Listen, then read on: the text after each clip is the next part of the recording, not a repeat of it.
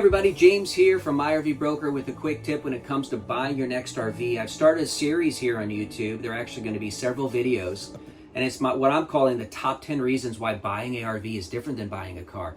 Listen, a lot of people make the mistake of going onto an RV dealership's lot and assuming, since they've bought tons of cars before, me included, before I got into this gig, hey, it's just like buying a car, I can do it. And in some cases, you know, there are people who could do this a lot better than others, but one of the things that I want to do is empower you to know some of those differences, so this will help you with your buying decision. It'll help you with your buying experience because you will know what to look for.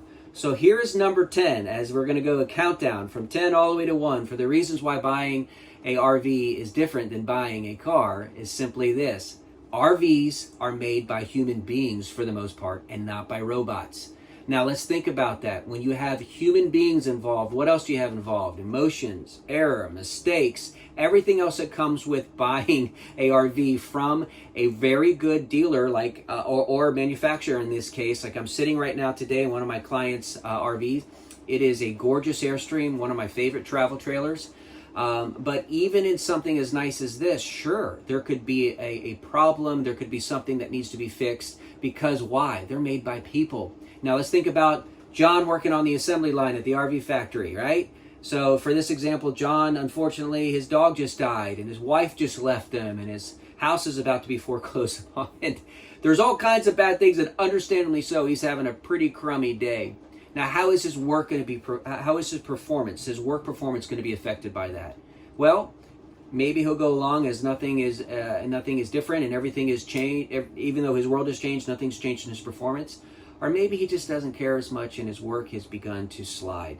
If there's not a good RV inspector there, if there's not stops along the way, if there's, I'm going to call it the final checkout area, if that is not done well, and if they're not qualified people checking for all the different mistakes that could have happened, then when you go and you buy your RV, if you're not looking for some of these things and thinking that they're all built the same, you could be making a very costly mistake. I can tell you for a fact, there are some really good RV manufacturers. I used to work for one, for crying out loud, right?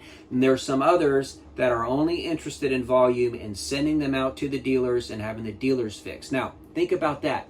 With a car, you have a assembly line that's going to have people, but way more people at an RV manufacturing plant. Why? Because there's so many robots and so many automated machineries, right? And processes and automated machines that are going to go in and build a car, and they're building them all the same. Now, there's different packages and stuff. I understand that. We're not saying that. What we're saying is that they're going to have these robots that are going to weld things together. They're going to lift. It's amazing the technology that's involved. The motorhome and RV industry, light years behind the car industry. I mean, I'd say the next 20 years they may begin to catch up, but it is so far behind.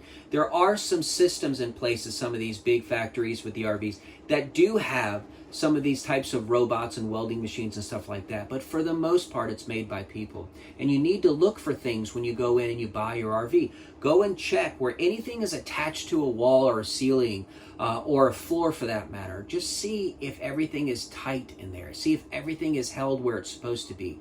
See if there's any metal shavings everywhere. See if you can see any gaps or any sunlight coming through. I have personally experienced that, where I've walked into a brand new RV, I've looked down into the stepwell and I've seen light come through.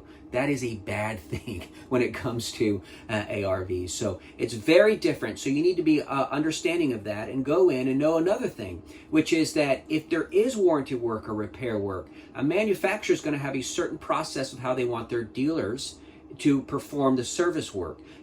These are all not built the same. There are some really good RV manufacturing companies and some very, very bad ones, right?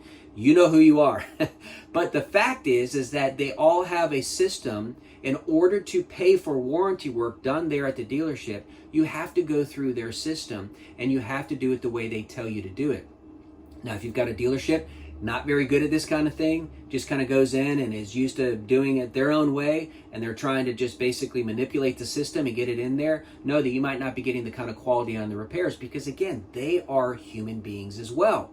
And maybe they don't feel like they're getting paid enough. Maybe they're tired of what's happening in their life right now. And so you got to go in and just spend extra time looking at those repairs, go in and spend extra time, get on your hands and knees and get on the floor if you can, if you're physically able. Look up underneath some of the cabinetry and then the storage and the couches and the sofas and everything else that's there. Go in and look, because know that there was probably a person who literally put those screws in there and it wasn't a machine. I hope that helps. Come back soon. Subscribe to the channel. Over the next several weeks, we're going to be putting more videos. But that's number 10. The number 10 reason why from top 10. Number 10 is simply that RVs are made by people and automobiles or cars are not. Hope that helps, and we'll talk to you soon. Take care, and God bless.